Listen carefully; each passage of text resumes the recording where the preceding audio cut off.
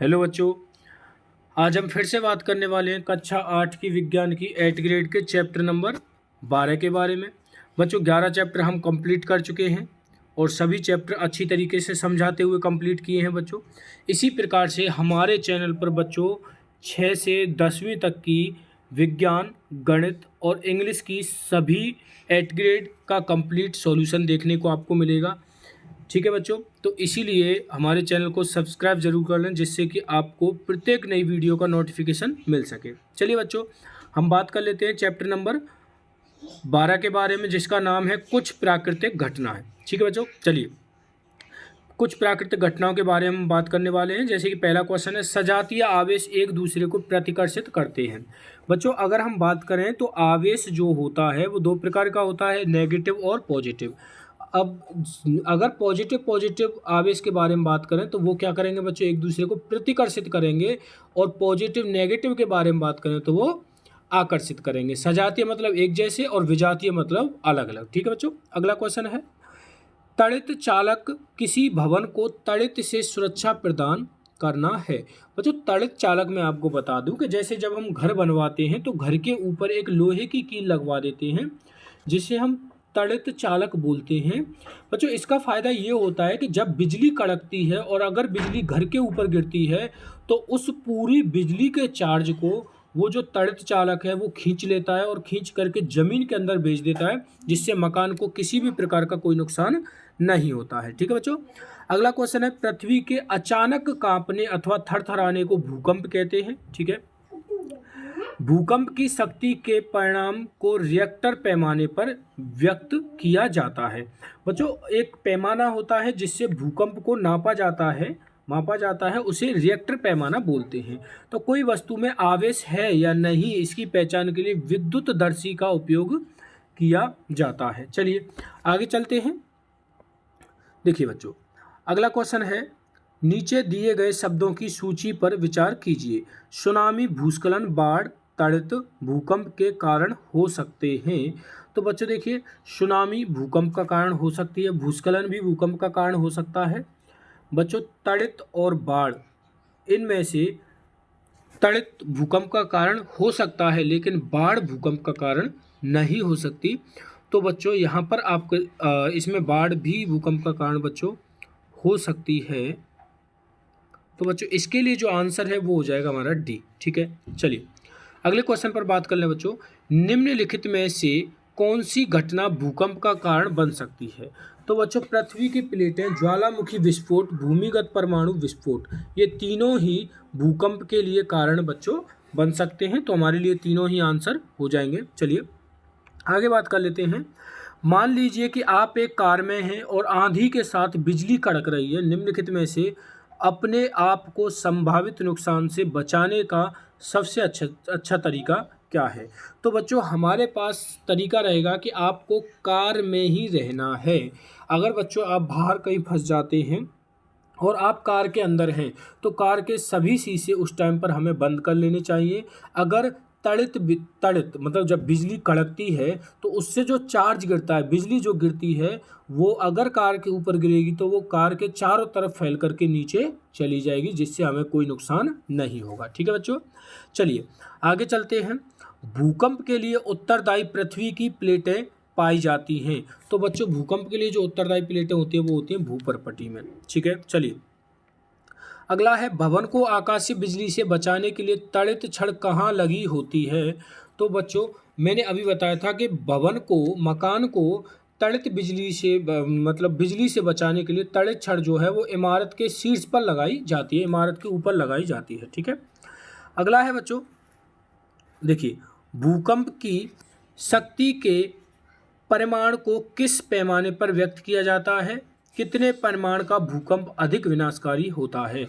बच्चों अभी बताया था कि भूकंप को मापने का जो पैमाना होता है वो रिएक्टर होता है और 7 से अधिक रिएक्टर वाला जो भूकंप होता है वो विनाशकारी होता है। चलिए तड़ित से अपनी सुरक्षा के उपायों को लिखिए। अब तड़ित से सुरक्षा मतलब जो बिजली कड़कती है उससे सुरक्षा के उपाय पूछिए बच्चों। तो गरज सुनते ही किसी सुरक्षित स्थान पर हमें तुरंत पहुंच जाना चाहिए। अगर आप बाहर हैं तो तुरंत ही आप किसी सुरक्षित स्थान पर पहुंच जाएं।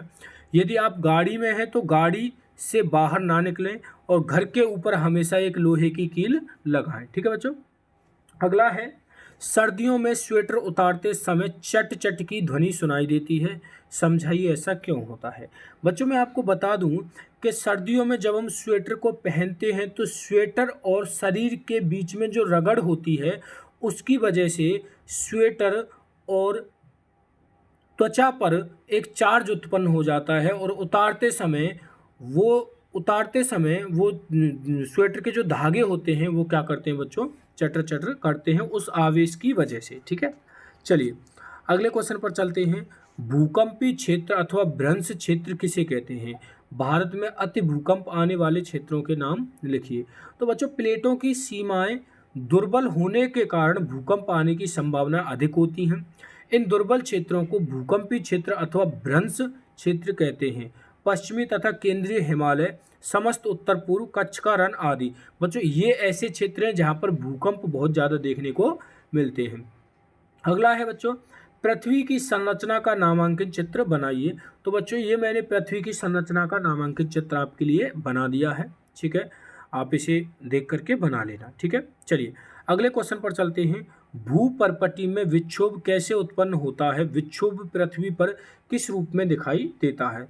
तो बच्चों पृथ्वी की एक प्लेट दूसरी प्लेट के नीचे चली जाती है, इस कारण भूपर्पटी में विक्षोभ उत्पन्न होते हैं। विक्षोभ मतलब होता है बच्चों कि एक प्लेट के ऊपर जब दूसरी प्लेट चढ़ेगी तो उभार आ जाता है और उससे कंपन उत्पन्न होने लग जाते हैं और इससे हमें भूकंप का सामना करना पड़ सकता है। ठीक है, चलिए अगला क्वेश्चन है बच्चों, आवेशित गुब्बारा दूसरे आवेशित गुब्बारे को प्रतिकर्षित करता है जबकि अनावेशित गुब्बारा आवेशित गुब्बारे द्वारा आकर्षित किया जाता है, प्रयोग द्वारा समझाइए। बच्चों आपको बता दिया जाए कि आवेशित गुब्बारा आवेशित गुब्बारे को प्रतिकर्षित ही करेगा क्योंकि दोनों गुब्बारों पर एक जैसा ही आवेश होगा और समान आवेश बच्चों हमेशा एक दूसरे को प्रतिकर्षित ही करता है। दूसरी कंडीशन हम बात करें बच्चों कि एक गुब्बारा अनावेशित है जिस पर कोई चार्ज नहीं है और दूसरा गुब्बारा क्या है बच्चों, आवेशित है। तो बच्चों इस केस में क्या होगा कि दोनों ही गुब्बारे जो हैं, जैसे एक गुब्बारे पर जो चार्ज है वो दूसरे गुब्बारे को अपनी तरफ क्या करेगा बच्चों, खींचेगा, मतलब आकर्षित करेगा। ठीक है बच्चों, चलिए अगला क्वेश्चन है, आवेशों की पहचान करने के लिए आप एक सरल विद्युतदर्शी की रचना किस प्रकार करेंगे, बिंदुवार लिखिए। देखिए बच्चों विद्युतदर्शी एक ऐसी युक्ति होती है जिसका प्रयोग यह परीक्षण करने के लिए किया जाता है कि कोई वस्तु आवेशित है अथवा नहीं। तो बच्चों सरल विद्युतदर्शी का यहाँ पर मैंने एक चित्र बनाया है। इसमें ये एक बोतल रखी हुई है बच्चों और इसमें ये एक वायर तार लगा हुआ है और इसमें दो कील इस तरीके से लटकी हुई है। यहाँ पर क्या है बच्चों, ये गत्ता है। ठीक है, चलिए आगे बात कर लेते हैं। तड़ित चालक किसे कहते हैं तथा यह भवन की सुरक्षा किस प्रकार करते हैं, सचित्र समझाइए। बच्चों तड़ित चालक एक ऐसी युक्ति है जिसका उपयोग भवनों को तड़ित के प्रभाव से बचाने के लिए किया जाता है। यह धातु की छड़ पृथ्वी तक होती है। तड़ित छड़ विद्युत आवेशों को जमीन तक पहुंचा देती है जिससे मकान को किसी प्रकार की हानि नहीं होती है।